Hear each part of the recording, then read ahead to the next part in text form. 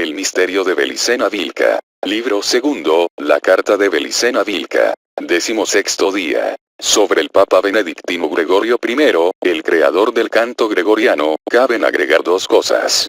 Una es destacar que la presión ejercida sobre San Leandro para que influyese en Recaredo y consiguiese el ingreso masivo de los Golem en España solo dio por resultado que en los monasterios ya existentes se adoptase la regula monachorum.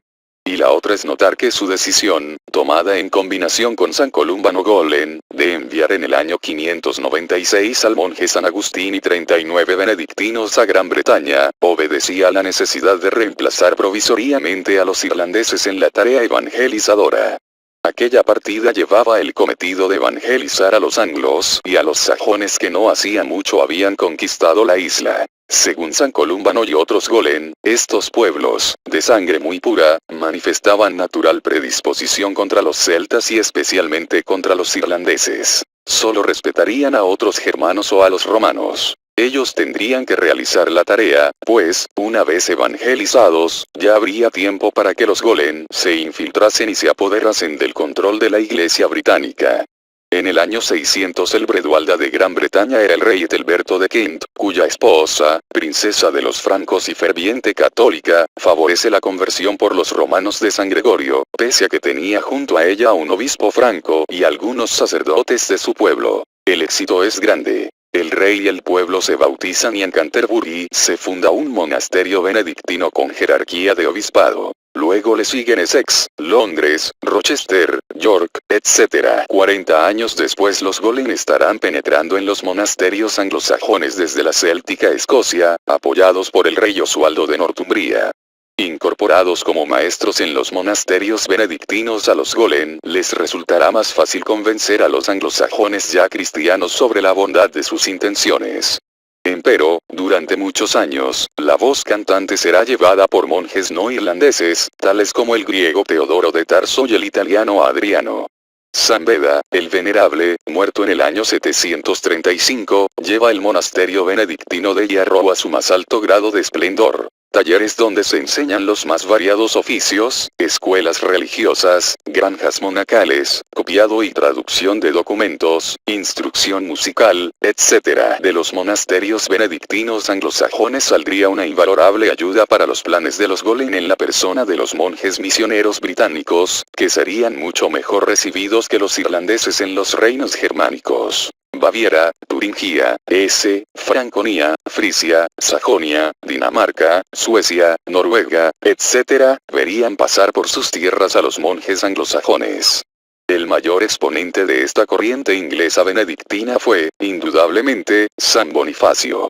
Procedía del convento benedictino de Nursling y su verdadero nombre era Winfrido. El Papa Benedictino Gregorio II le concedió el nuevo nombre de Bonifacio en el año 718, junto con su misión de evangelizar a los germanos. La verdad, atrás de todo este movimiento, era que los Golem sospechaban que los germanos aún conservaban las piedras de Venus y otros legados de los atlantes blancos y procuraban hallarlos a cualquier costo. Por eso San Bonifacio, por ejemplo, se empeña en derribar la antiquísima encina del dios Donar, en Heismar, en el año 722, tratando de encontrar la piedra que una tradición germánica situaba en las raíces del árbol. Pero esta no era una tarea que el propio San Bonifacio tomaría personalmente entre sus manos. Para ello contaba con miles de Golem benedictinos bajo sus órdenes. La famosa piedra de Venus de los sajones, por ejemplo, sería buscada durante 50 años, y costaría a los sajones, que al final la perdieron, miles de víctimas, atribuidas luego cínicamente a los esfuerzos de la cristianización. San Bonifacio no era, pues, un mero predicador sino un gran ejecutor de los planes de la fraternidad blanca. Los archigolem, ocultos en los monasterios, y los papas benedictinos, le revelarán estos planes en forma de directivas que él cumplirá fielmente. Uno de sus actos más fecundos para esos planes, por ejemplo, fue la universal difusión que imprimió a la idea de la superioridad del obispo de Roma, el representante de San Pedro en la tierra, sobre cualquier otra jerarquía eclesiástica o regia. En base a esa idea se asentará el poder del papado en la Alta Edad Media. y el papado benedictino y Golen, se entiende, le responderá en consecuencia, dotándolo del palio arzobispal que le permitirá nombrar sus propios obispos y completar la jerarquía de sus sacerdotes. En el año 737, en Roma, recibe de manos de Gregorio III la máxima dignidad. Será legado papal en Alemania, y dispondrá de amplios poderes para actuar. En aquel tiempo, Alemania incluía al reino franco, el más poderoso de la cristianidad europea. Pues bien, el nombramiento de San Bonifacio tenía como objeto liberarle las manos para que llevase adelante un plan tan audaz como siniestro. En el Imperio Romano de Oriente, o Imperio Bizantino, el patriarca de la Iglesia estaba normalmente sometido a la voluntad del emperador. En Occidente sería necesario restablecer el poder imperial, pero fundado en una relación de fuerzas completamente inversa. Aquí, el Papa dominaría a los reyes y emperadores, el sacerdote al rey, el conocimiento del culto a la sabiduría de la sangre pura. Y el instrumento para este plan, que permitiría a su vez concretar los planes de la fraternidad blanca y de los Golen, sería la familia franca de los Pipínidos. Los reyes merovingios se hacían llamar divinos porque afirmaban descender de los dioses liberadores. Para el judeocristianismo, que sostenía con la Biblia idéntica descendencia de todos los mortales desde Adán y Eva, aquel origen no significaba nada. El único Dios era el Dios creador, Jehová Satanás, y nadie podía arrogarse su linaje. Y fuera del Dios creador judeocristiano, solo existían la superstición o los demonios. Así, pues, era una cuestión de principios eliminar a unos reyes que, no solo declaraban tener linaje divino, sino que afirmaban recordarlo con la sangre. Esa vinculación entre la divinidad y la realeza, muy popular entre los francos, era un obstáculo molesto para unos sacerdotes que pretendían presentarse como los únicos representantes de Dios en la tierra. Al morir Carlos Martel en el año 741, le suceden sus hijos. Carlomán como mayordomo de Austrasia y Pipino como mayordomo de Neustria. Carlomán, que luego se retiraría al monasterio de Monte Cassino, concede a San Bonifacio total libertad para reformar la iglesia franca de acuerdo a la regla benedictina. Otro tanto hará Pipino. En pocos años, mediante una serie de sínodos que van del 742 al 747, se pone a toda la iglesia franca bajo el control de la orden benedictina. Carlomán y Pipino están, también, dominados por la orden. San Bonifacio comunica a Pipino el plan de los Golen. Con la aprobación del nuevo Papa Zacarías, se destronará al rey Childerico III, el último de los divinos merovingios. En su lugar sería elegido Pipino por los grandes del reino y su nombramiento estaría legitimado, análogamente al Antiguo Testamento, por el consentimiento del Papa y la unción de San Bonifacio. El pago del nuevo rey, por legitimar su usurpación, consistiría en un considerable botín, la creación de los estados pontificios. Pero esta recompensa no cercenaría en nada el poder del reino franco, pues no se constituiría a sus expensas, sino a la de los lombardos y bizantinos. En efecto, el Papa solicitaba en pago de su alianza con el rey franco unos territorios que debían ser previamente conquistados. Concertado el arreglo, en noviembre del año 751 el rey Childerico III era confinado en un monasterio benedictino y Pipino el Breve proclamado rey y ungido por San Bonifacio. En 754 el rey Pipino y el Papa Esteban II se reúnen en Pontión, donde firman un tratado por el cual los francos se comprometen en adelante a proteger a la Iglesia Católica y a servir al trono de San Pedro. De este modo, en 756, los francos donan a San Pedro el exarcado, Venecia, Istria, la mitad del reino longobardo y los ducados de Spoleto y Benevento. Con Pipino el Breve se inaugura la dinastía carolingia, piedra fundamental en la obra de la fraternidad blanca.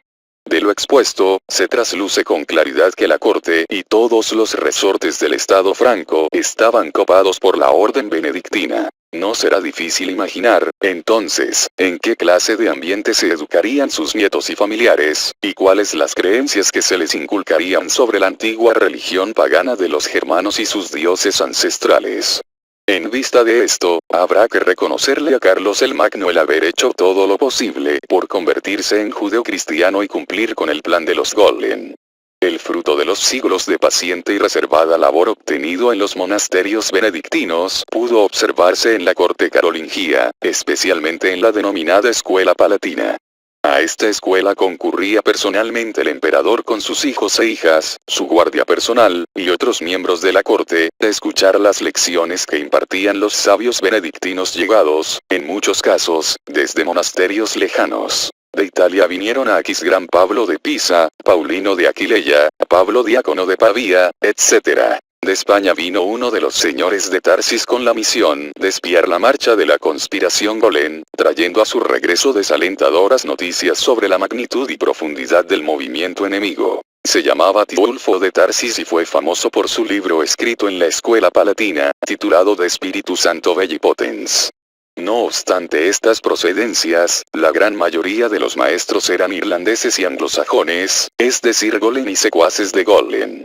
Entre los últimos cabe mencionar al cerebro de la escuela palatina y de la difusión general que a partir de ella se daría la cultura benedictina. Me refiero a Alcuino de York, discípulo de la escuela de San Beda, el Venerable, que se incorpora a la escuela palatina en el 781 y dirige entre el 796 y el 804, fecha de su muerte, la escuela del monasterio de San Martín de Tours.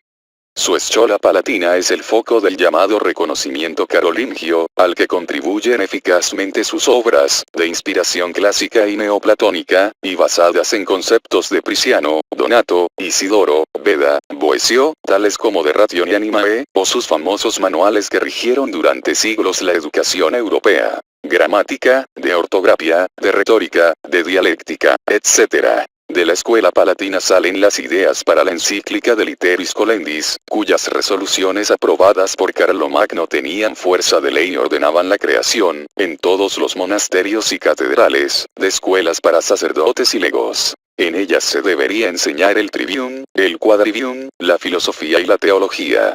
El trivium y el quadrivium formaban las llamadas 7 artes liberales. El trivium contenía la gramática o filología, la retórica y la dialéctica. Y el quadrivium, la astronomía, geometría, aritmética y música.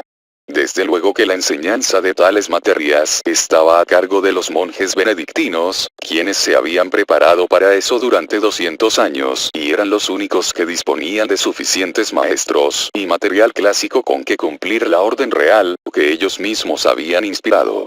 Y los benedictinos Golen tenían bien claro cómo debían educar las mentes europeas para que en los tiempos por venir se experimentase colectivamente la imperiosa necesidad del templo local. Entonces el colegio de constructores Golen, que pronto se pondría en marcha, levantaría templos de piedra nunca vistos, catedrales magníficas, construcciones que en realidad serían máquinas de piedra de tecnología atlante morena y cuya función apuntaría a transmutar la mente del creyente y ajustarla al arquetipo colectivo de la raza hebrea, que es el mismo que el de Jesús Cristo arquetípico. Alcuino, que se hacía llamar Flaco en honor del poeta latino Horacio, dirigía los círculos culturales benedictinos Golen que rodeaban al emperador. En tales cenáculos se respiraba un aire bíblico y judaico muy intenso. El propio Carlomagno exigía ser llamado David, y su fiel consejero Eginardo, por ejemplo, pedía se lo nombrase Beseleel, por el constructor del tabernáculo en el templo de Jerusalén. Y en este especial microclima ambientado por los benedictinos Golen, al emperador y sus principales colaboradores de la nobleza franca, se les iba lavando lentamente el cerebro y se los condicionaba para adoptar el punto de vista Golen sobre el orden del mundo. Para preservar ese orden, por ejemplo, se debía erradicar el paganismo e imponer mundialmente el judeocristianismo. Eso era el bien, lo que mandaba la ley de Dios y lo que suscribía el representante de San Pedro. No importaba si para conseguir ese bien se debiesen destruir pueblos hermanos. Dios perdonaría a los suyos todo lo hecho en su nombre. Los Golen condicionaban de este modo la mente del emperador porque necesitaban un nuevo Perseo, un héroe que cumpliese la sentencia de exterminio que pesaba sobre el pueblo de sangre pura de los sajones y les permitiese robar su piedra de Venus. Por lo menos el pueblo perseo de los cartagineses que destruyera a Tartesos 1000 años antes pertenecía a otra raza. El crimen de Carlomagno y sus francos es inestimablemente mayor, pues, no conforme con apoyar militarmente la ofensiva lanzada por San Bonifacio contra la sabiduría hiperbórea de los sajones, emprendió él mismo la tarea de exterminar a la nobleza sajona, hermana cercana de la sangre franca. El de los sajones fue uno de los últimos pueblos de Occidente que se mantuvo ininterrumpidamente fiel al pacto de sangre y a los dioses liberadores. Según ellos creían, los atlantes blancos les habían encomendado la misión de proteger un gran secreto de la raza blanca, que cayera del cielo sobre Alemania hacía miles de años, durante la batalla de la Atlántida. Aquel secreto estaba específicamente mencionado en el mito de Nagután, a quien los sajones llamaban Wotan, como el anillo de la llave Kala Chakra, donde los dioses traidores habían grabado el signo del origen. Freya Perdiz lo tuvo que soltar antes de penetrar en el moribundo Nagután y su caída, según la sabiduría de los sajones, se produjo en Alemania. Concretamente, había caído sobre las rocas del Extersteine, una montaña que se encuentra en el centro del bosque Teutoburger-Wald. De acuerdo a lo que sostenían los sajones, el anillo tocó las rocas en coincidencia con el momento en que Nagután resucitaba y adquiría la sabiduría de la lengua de los pájaros. Esto produjo que el signo del origen se descompusiese en las 13 más 3 brunas o runas, y que éstas se plasmasen para siempre en las rocas del Extersteine. Sobre una de ellas, la más prominente, cualquiera que posea linaje espiritual podrá ver, por ejemplo, a la bruna más sagrada para los atlantes blancos, la que representa al gran jefe Nagután, es decir, la runa oral. Pero los sajones no solo conocían, en esa fecha tardía del siglo VIII DJC, las brunas de Nagután, sino que habían logrado conservar, igual que los señores de Tarsis, su piedra de Venus. En la cumbre del Extersteine se erguía desde tiempo inmemorial la Universalis Columna Irminsul, un pilar de madera que representaba el árbol del terror donde se había autocrucificado Nagután para conocer el secreto de la muerte. Este santuario era venerado por los germanos desde tiempos remotos y, para evitar su profanación por parte de los romanos en el año 9 DJC, el líder querusco Arminio, o Erminrich, aniquiló al ejército del general Publio Quintilio Varo compuesto por 20.000 legionarios, en las proximidades de Teutoburger. Varo y los principales oficiales se suicidaron luego del desastre. Igual suerte no iban a tener los heroicos sajones 760 años después frente a un enemigo abrumadoramente superior y que abrigaba hacia ellos una intolerancia irracional semejante a la que Amílcar Barca experimentaba por los tartesios. Por supuesto que, atrás de esa intolerancia de Carlomagno, hay que ver, igual que en el caso de Amílcar, la mano de los golem, la necesidad, implantada artificialmente en la mente de aquellos generales, de cumplir la sentencia de exterminio. El pecado de los sajones era este. Ocuparon el bosque y se entregaron con tal empeño a realizar su misión, que impidieron durante siglos que los golem pudiesen acercarse al Extersteine. Pero lo más grave era que grabaron los 13 más 3 signos rúnicos del alfabeto sagrado en la columna Irminsul, y le incrustaron en su centro la piedra de Venus, en rememoración del ojo único de Wotan que miraba al mundo del gran engaño desde el árbol del terror. La repulsión que los sajones experimentaban hacia los sacerdotes golem, su rechazo irreversible al judeocristianismo, su fidelidad al pacto de sangre y a la sabiduría hiperbórea, su defensa encarnizada de la plaza de Teutoburger-Wald, y su negativa a entregar la piedra de Venus, eran motivos más que suficientes para decretar el exterminio de la casa real sajona, especialmente en ese momento en que el poder de los golem estaba en su apogeo. Solo así se explica la sanguinaria persistencia de Carlomagno, que durante 30 años combatió sin tregua a los sajones, pueblo cultural y militarmente inferior a los francos, y que si resistió tanto fue por el indómito valor que el espíritu hacía brotar de su sangre pura. En el año 772, las tropas del nuevo Perseo caen sobre Teutoburger-Wald y, luego de encarnizada lucha, logran tomar el Extersteine y entregarlo a los sacerdotes benedictinos golem para su purificación. Estos no tardan nada en destruir la columna Irminsul y robar la piedra de Venus, condenando desde entonces a los sajones a la oscuridad de la confusión estratégica, a la desorientación sobre el origen. No obstante el botín conquistado, faltaba cumplir la sentencia de los golem. En el 783, en Verden, Carlomagno, en nombre de nuestro Señor Jesucristo, haría decapitar a 5.000 nobles sajones, cuya sangre pura consumaría en el sacrificio ritual la unidad del Dios creador Jehová Satanás. Tras una posterior resistencia sin esperanzas, por parte del único jefe rebelde sobreviviente, Witikind, los sajones terminaron por aceptar el judeo-cristianismo, como tantos otros pueblos en similares circunstancias, y se integraron al reino franco. Carlomagno moría en Aquisgrán, en el año 814, pero ya en el 800 había recibido del Papa León III la consagración como emperador romano, justo pago para quien tanto sirviera a la Iglesia y a la causa de la orden benedictina. Le sucede como emperador su hijo Ludovico Pío, a quien sus contemporáneos apodaron el piadoso y el monje, por su dedicación a la Iglesia y su preocupación por poner definitivamente a los monjes francos bajo el poder de la orden benedictina.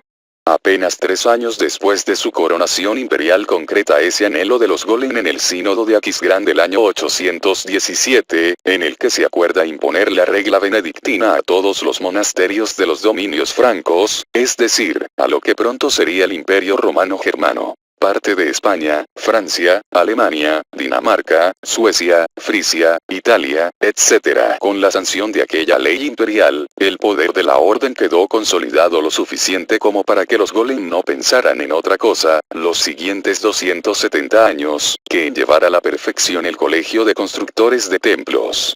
En los 200 años precedentes acumularon el conocimiento de las ciencias. Ahora pasarían a la práctica, formarían gremios de constructores compuestos de logias de aprendices, compañeros y maestros masones. Y tales logias serían laicas, integradas por gente del pueblo, pero dirigidas secretamente por la orden, que va a ser quien posea el plano y las claves del templo. También haría falta disponer de una clave final, un secreto que permitiría a los Golen llevar su obra a la máxima perfección. Pero los Golen, y por ellos la orden benedictina, contaban con la palabra de la Fraternidad Blanca de que tal secreto les sería confiado cuando su misión europea estuviese a punto de concluir. Aquel secreto, aquella clave de las claves, consistía en las tablas de la ley de Jehová Satanás, las que el Dios creador entregó a Moisés en el monte Sinaí y que posibilitaron luego a Hiram, rey de Tiro, construir el templo de Salomón, el templo de los templos. En ellas estaba grabado, mediante un alfabeto sagrado de 22 signos, el secreto de la serpiente, es decir, el más alto conocimiento que les permitido alcanzar al animal hombre, las palabras con las que el Dios Uno nombró a todas las cosas de la creación. Con esas tablas en su poder, los Golen estarían en condiciones de levantar el templo de Salomón en Europa, cumpliendo así con los planes de la Fraternidad Blanca y elevando al pueblo elegido al trono del mundo. Claro que antes de llegar a tan maravillosas realizaciones la orden benedictina tendría que resolver varios problemas. Además de poner en marcha el colegio de constructores de templos, habría que crear las condiciones para que los pueblos del Imperio Romano apoyasen la existencia de una orden militar en el seno de la Iglesia Católica. Tal orden tendría una doble función. Por una parte, custodiar, en el momento que la Fraternidad Blanca decidiese entregarla a los Golen, las tablas de la ley desde su actual ubicación en Jerusalén hasta Europa. Y por otra parte servir como fuerza militar de apoyo a la constitución de la sinarquía financiera, o concentración del poder económico, que sería necesario establecer en Europa como paso previo al gobierno mundial del pueblo elegido.